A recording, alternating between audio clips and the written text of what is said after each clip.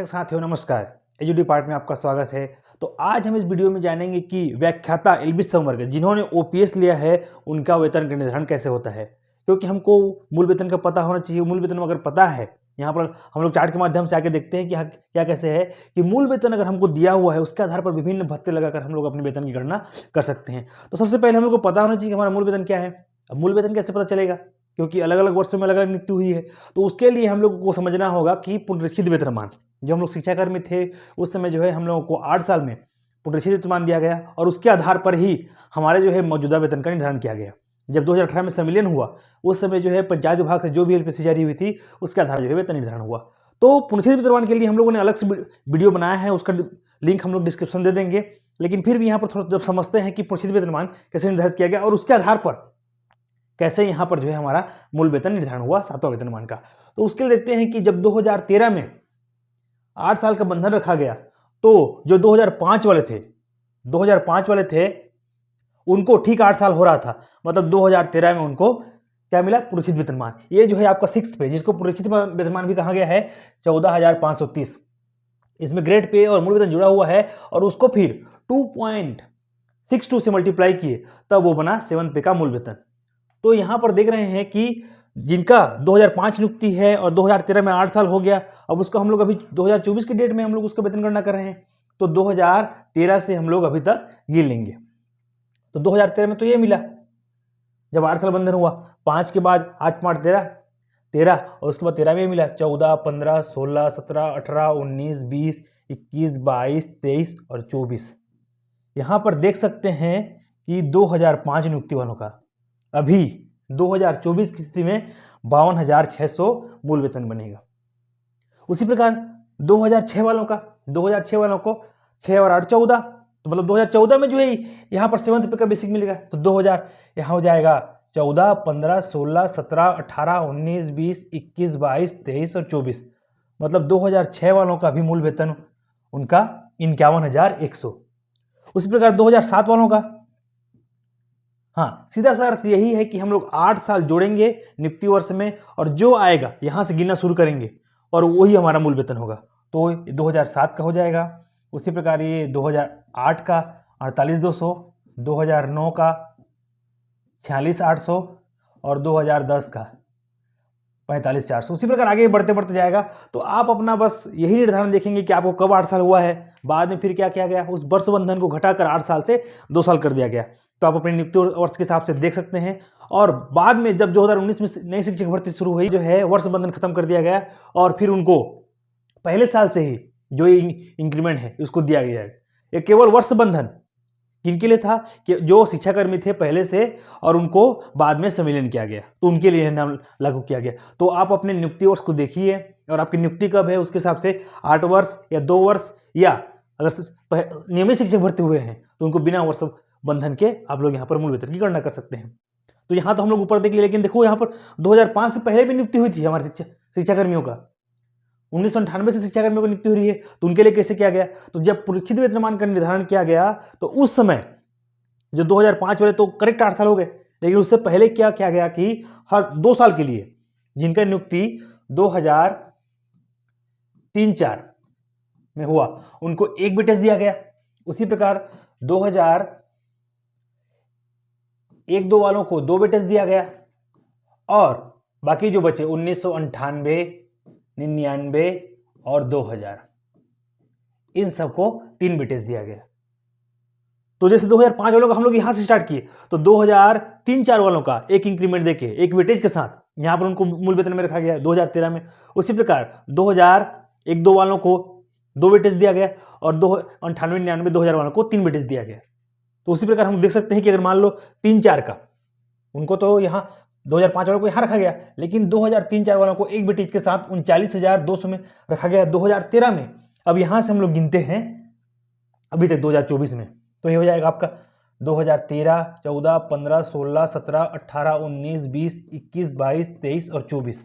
तो यहाँ पर देख रहे हैं साफ साफ कि अभी 2003-4 जिनकी नियुक्ति है व्याख्याता उनका भी 2024 की डेट में 54,200 मूल वेतन बनेगा।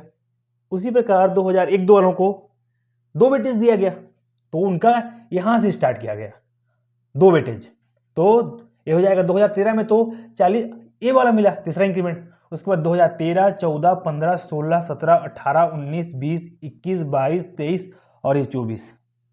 यहाँ पर देख रहे हैं कि 55,800 ये किनका हो गया, जिनकी नियुक्ति 2001-2 में हुई थी। और बाकी जो बच गए 1998, 99, 2000, उनको 3 वेटेज दिया गया, मतलब उनको 3 वेटेज छोड़कर चौथा वाला इंक्रीमेंट में रखा गया। तो यहाँ से हम लोग 13 में तो ये वाला मिला चौथा इंक्रीमेंट। अब वहां से हम लोग गिन लेंगे अभी 24 डेट में, तो 13, 14, 15, 16, 17, 18, 19, 20, 21, 22, 23 और ये 24 यहाँ पर। तो ये 1998, 99 और 2000 जिनकी भी नियुक्ति इन तीनों सत्र में हुई थी, उनको 57,500 उनका मूल वेतन बना। तो इस तरीके से हम लोग देख सकते हैं कि 8 वर्ष का विषय बंधन, 8 वर्ष का वर्ष बंधन जो है, उसके आधार पर हम लोग यहाँ पर मूल वेतन की गणना कर लिए। अब आप भी अपने नियुक्ति वर्ष में 8 साल जोड़िए और वहां से यहाँ से फिर गिनना शुरू कीजिए, वही हमारा मूल वेतन होगा। अब मूल वेतन पता चल गया। जैसे 2008 वालों की हम लोग वेतन गणना करके देखते हैं, बाकी का भी हम लोग यहाँ पर दिया हुआ है, आप अपने हिसाब से गणना कर सकते हैं। 2008 वालों को 48,200 उनका मूल वेतन हुआ। अब अभी की डेट में अक्टूबर नवंबर 2024 के डेट में 50% डीए है, तो यहाँ पर इसका 50% डीए निकालेंगे तो 24,100। उसका एचआरए 7%, जब भी डीए 50% होता है, मौजूदा में 6% एचआरए है, लेकिन 50% होने पर 1% बढ़ जाता है, इसीलिए 7% एचआरए, तो उसका 3,374 रुपये एचआरए बन जाएगा। गतिरोध भत्ता 600, ये सभी के लिए है। और इसमें देखिए मेडिकल अलायंस, एमओ जो है, मेडिकल अलायंस जो है यहाँ पर नहीं है। शिक्षक और सहायक शिक्षकों के लिए मेडिकल भत्ता 200 रुपये मिलता है, जबकि व्याख्याताओं को मेडिकल भत्ता नहीं मिलता। उसी प्रकार यहाँ पर आगे टोटल इसको जोड़ते हैं तो हो जाएगा 76,274, ये हो जाएगा टोटल पेमेंट। अब इसमें कटौती जीपीएफ वाले हैं, क्योंकि ये ओपीएस लिए हैं, तो ओपीएस क्या होता है कि मूल वेतन का, ये जो आपका मूल वेतन है 48,200, इसका जो है 12%, मूल वेतन का 12% निकालते हैं तो ये हो जाएगा 5,784 रुपये और 360। यहाँ पर देखिए शिक्षक और सहायक शिक्षकों के लिए ये जो जीआईएस ग्रुप इंश्योरेंस समूह बीमा जो है योजना है 300 रुपये करता है, लेकिन यह जो व्याख्याता के मामले में 360 रुपये है, इसीलिए दोनों कटौती होते हैं। और इन दोनों को जोड़कर इसमें घटा देंगे तो ये हो जाएगा 70,130। एक इनका सैलरी हुआ जिनकी नियुक्ति 2008 में हुई है और जो अभी भी वहां से लेक्चरर में है। उसी प्रकार अलग अलग वर्षों का दिया हुआ है कि जिनकी नियुक्ति 2010 की है, उनका 71,878 और उनका इन हैंड पेमेंट 66,070 है। 2009 वालों की नियुक्ति 74, हाँ उनका 74,076 और उनकी इन हैंड सैलरी 68,100 है। उसी प्रकार 2007 वालों को देख सकते हैं कि 78,472 और उनका इन हैंड सैलरी 72,160 है। उसी प्रकार 2006 वालों का 80,827 और ये कटौती के साथ 74,335। 2005 वाली नियुक्ति जो लेक्चरर हैं, अगर वो भी अभी तक लेक्चरर हैं, तो उनका 83,182 और उनका इन हैंड सैलरी 76,510। उसी प्रकार जिनकी नियुक्ति 2003-4 में हुई है लेक्चरर, उनका जो है 85,694 और उनका कटौती के साथ 78,830।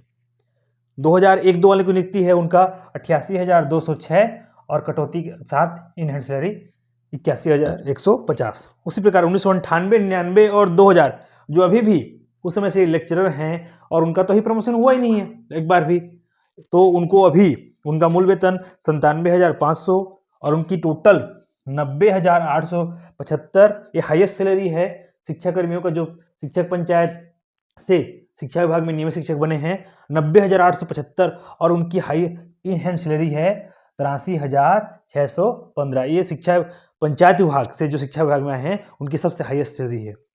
अब इसके बाद जो है प्राचार्य प्रमोशन के लिए मांग की जा रही है, उसकी प्रक्रिया भी चल रही है, आगे भविष्य में होगा तो उनकी प्राचार्य की वेतनमान मिलेगा। तो इस तरीके से हम लोग ये देखें कि व्याख्याता संवर्ग जिन्होंने एनपीएस लिया है, जिन्होंने ओपीएस लिया है, एनपीएस के लिए तो अलग से हम लोग चार्ट बनाएंगे, जिन्होंने ओपीएस लिया है उनकी गणना इस तरीके से करते हैं। बस आपको यही जानना है मूल वेतन, उसके बाद उस पर विभिन्न प्रकार के भत्ते हैं, भत्ते को आप लोग वहां पर इंप्लीमेंट कर देंगे और उसके बाद हमारी कटौती के साथ जो है ये वेतन मिलता है।